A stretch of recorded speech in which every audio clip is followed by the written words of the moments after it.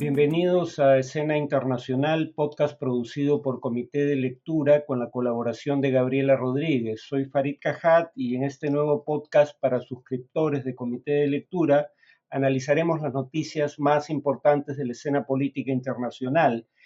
Este nuevo podcast estará disponible los martes, jueves y sábados.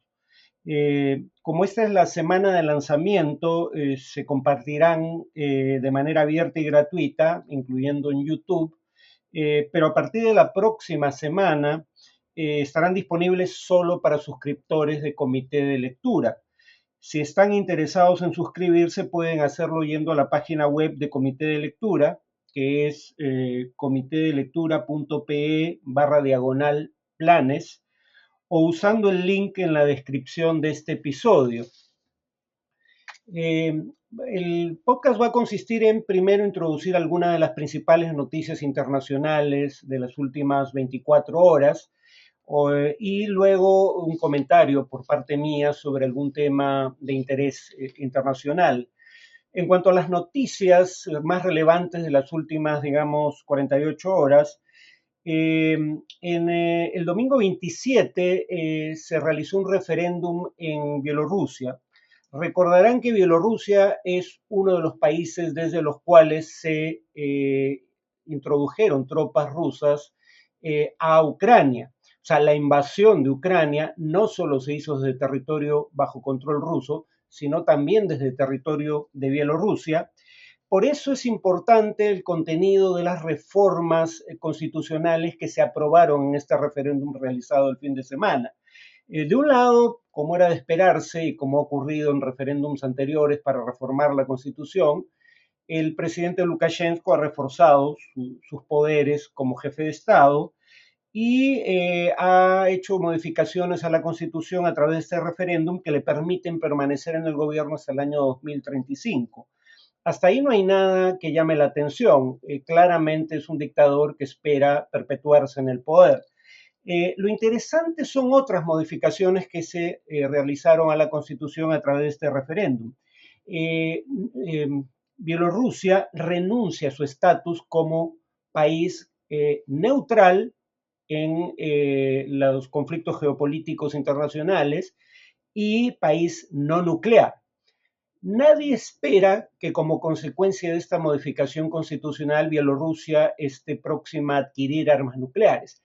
Lo que eso implica, sin embargo, es que Rusia, país vecino con el cual ahora Bielorrusia ha establecido una alianza formal, puede emplazar misiles nucleares en territorio bielorruso. Ese es el temor de muchos respecto a este cambio.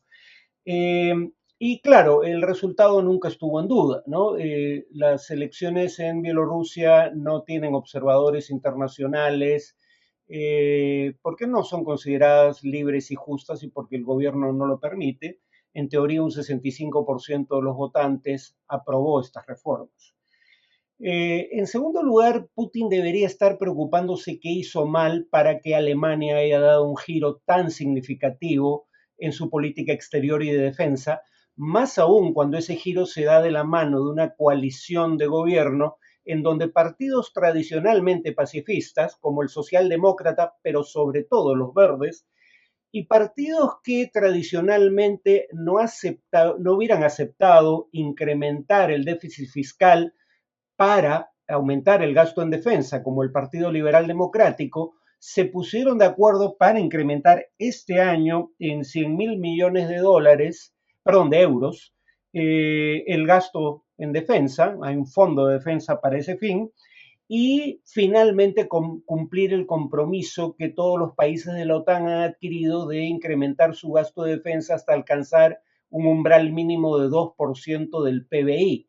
Alemania había sido reacia a hacerlo, pero claramente esta decisión, que no ha generado mayor oposición, como si hubiera sido el caso en el pasado, se explica en el contexto de la invasión rusa de Ucrania. Además, Alemania va a reforzar sus compromisos dentro de la OTAN, por ejemplo, poniendo a disposición de países de Europa del Este sistemas defensivos aéreos, poniendo a disposición del gobierno ucraniano 1.000 sistemas antitanques y 500 armas Stinger antiaéreas. Y por último, apoyando, como no había hecho hasta la víspera, la exclusión del sistema SWIFT de pagos interbancarios internacionales de buena parte de la banca rusa, aunque excluyendo los pagos por las importaciones, por ejemplo, de gas que Alemania realiza desde Rusia. Y por último, en cuanto a noticias, se han filtrado documentos que en el contexto de la guerra en Ucrania han pasado desapercibidos, pero que son de interés, en mi opinión, y de gran gravedad. Medios como El País o The Washington Post han publicado documentos filtrados al Consorcio Internacional de Periodistas de Investigación, el mismo que, por ejemplo, reveló los documentos secretos de paraísos fiscales, en este caso sobre las acciones de la empresa sueca Ericsson en Irak.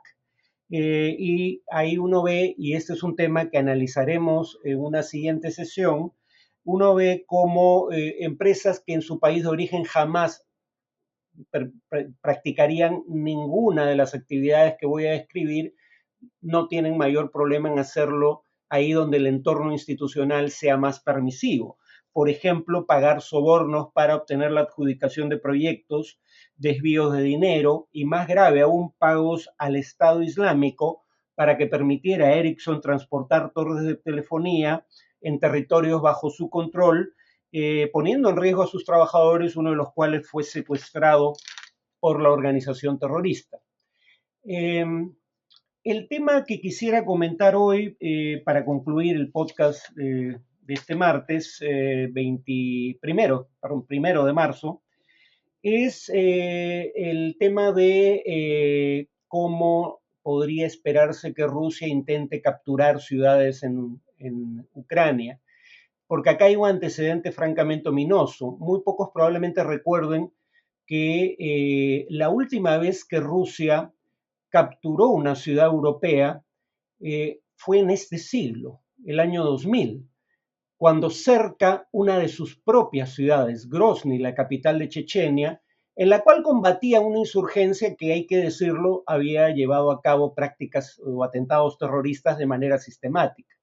O sea, habitualmente en estos conflictos, presentarlos en blanco y negro es no hacerle justicia a los hechos. Habitualmente más de un bando comete violaciones del derecho internacional humanitario. Pero bueno, el tema es que hubo dos guerras chechenas. La primera tuvo lugar entre el 94 y el 96, y en esa primera guerra chechena hubo un intento de capturar Grozny, la capital de esa región autónoma de la Federación Rusa, en donde, de un lado, la superioridad militar rusa fue neutralizada por la ventaja que confiere al defensor la guerra urbana.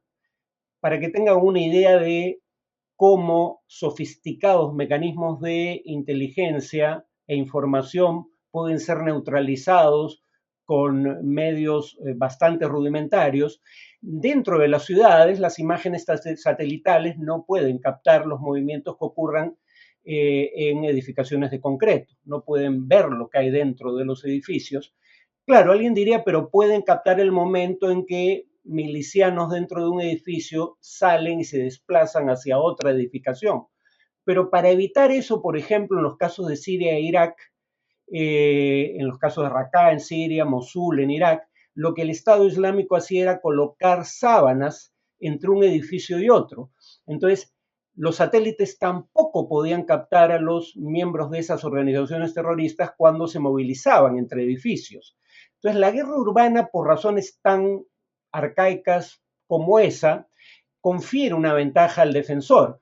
Mientras es fácil detectar movimientos en campo abierto, no es tan sencillo, por ejemplo, hacerlo en grandes ciudades. Entonces, esto da ventaja a quien defiende por sobre el atacante, al punto de que, por ejemplo, la doctrina militar británica establece que para capturar una ciudad debe haber una superioridad en número de efectivos de 10-1 respecto al defensor. Y bueno, el punto es que en Grozny entre el 94 y el 96, las milicias chechenas lograron atraer al centro de la ciudad una columna de tanques rusos y tendiéndoles una emboscada lograron destruir 105 de los 120 tanques que integraban la columna.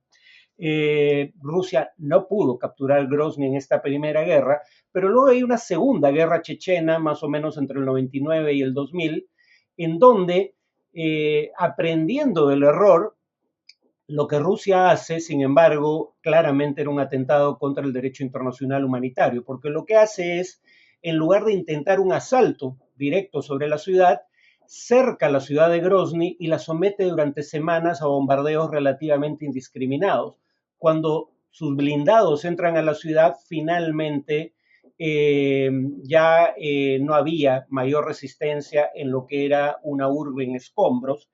Lamentablemente ese podría ser un precedente a tener en consideración para entender cómo es probable que Rusia intente tomar ciudades como Kharkiv o Kiev, las dos principales ciudades de Ucrania, porque ya ha habido casos en los cuales columnas de blindados rusos han sido interceptadas, sea por equipo antitanque, sea por drones de fabricación turca, que ya se habían mostrado eficaces en guerras como la que se libró el año antepasado entre Armenia y Azerbaiyán. Y entonces Rusia está perdiendo una cantidad significativa de blindados. Probablemente, por ende, recurra a una táctica más parecida a aquella a la que recurrió en Grozny entre el 99 y el 2000, y aquella a la que recurrió en menor proporción en la propia Ucrania en los enfrentamientos que hubo en 2014. Cercar centros urbanos y bombardearlos de manera tal de que cuando finalmente decida ingresar, encuentre muy poca resistencia. Como comprenderán, este tipo de método de acción puede reducir el número de bajas esperadas en la fuerza invasora, pero claramente pone en grave riesgo a la población civil de un centro urbano. En la guerra de Chechenia, en la primera guerra chechena, fue el ejército ruso el que sufrió miles de bajas, pero en la segunda guerra fueron los civiles de Grozny los que sufrieron el mayor número de bajas. Algunas fuentes sitúan la cifra de muertes entre civiles entre 5.000 y 8.000. Pero sin embargo, precisamente por el temor a las implicaciones, por ejemplo, en términos de galvanizar a la alianza occidental que se opone a la presencia rusa en Ucrania y elevar la severidad de las sanciones, es probable que Rusia intente en la medida de lo posible evitar este desenlace, o sea, cercar ciudades y bombardearlas hasta reducirlas a escombros. Por eso es que planteó una negociación, pero una negociación basada en un ultimátum cuando tienes bajo control o crees tenerla, la situación militar, ¿no? Digamos, por eso es que se habría planteado este último intento de negociación, pero una negociación manu militari de parte de Rusia, en donde en realidad estás dando un ultimátum a la otra parte.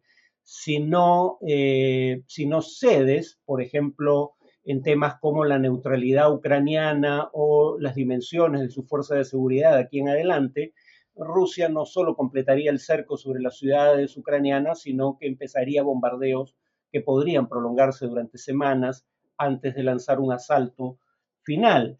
Sin embargo, habría que decir que si en Grozny hubo miles de muertes entre civiles, lo que podría ocurrir en Kiev es aún peor, porque es una ciudad más grande, más densamente poblada, pero además los defensores tienen mucho mejor armamento y adiestramiento militar que el que tenían los milicianos chechenos. Además, según Anthony King, y con esto finalizo, autor del libro La guerra urbana en el siglo XXI, Kiev, la capital de Ucrania, presenta desventajas específicas. Por ejemplo, para el atacante. Por ejemplo, es una ciudad surcada por un río y volando puentes los defensores de la ciudad podrían aislar partes de la ciudad, y es una ciudad que tiene un sistema de metro y drenaje que podrían ser utilizados por los defensores de la ciudad para movilizarse sin ser vistos. Entonces, digamos, un asalto frontal sería complicado para Rusia, por no mencionar el hecho de que si captura Kiev, la pregunta es qué pasa después. No voy a entrar a escenarios, pero un escenario probable es que intente establecer un régimen aliado, que sería un régimen percibido como ilegítimo por la población y que por ende despertaría, digamos, una insurgencia armada que tendría apoyo de la OTAN, una situación en la que no Rusia, pero su antecesor, la Unión Soviética, se vio involucrada en Afganistán y ya sabemos cómo terminó esa incursión. Eso es todo por hoy. El próximo podcast se difunde el día jueves. Esto es Escena Internacional, podcast producido por Comité de Lectura con la colaboración de Gabriela Rodríguez.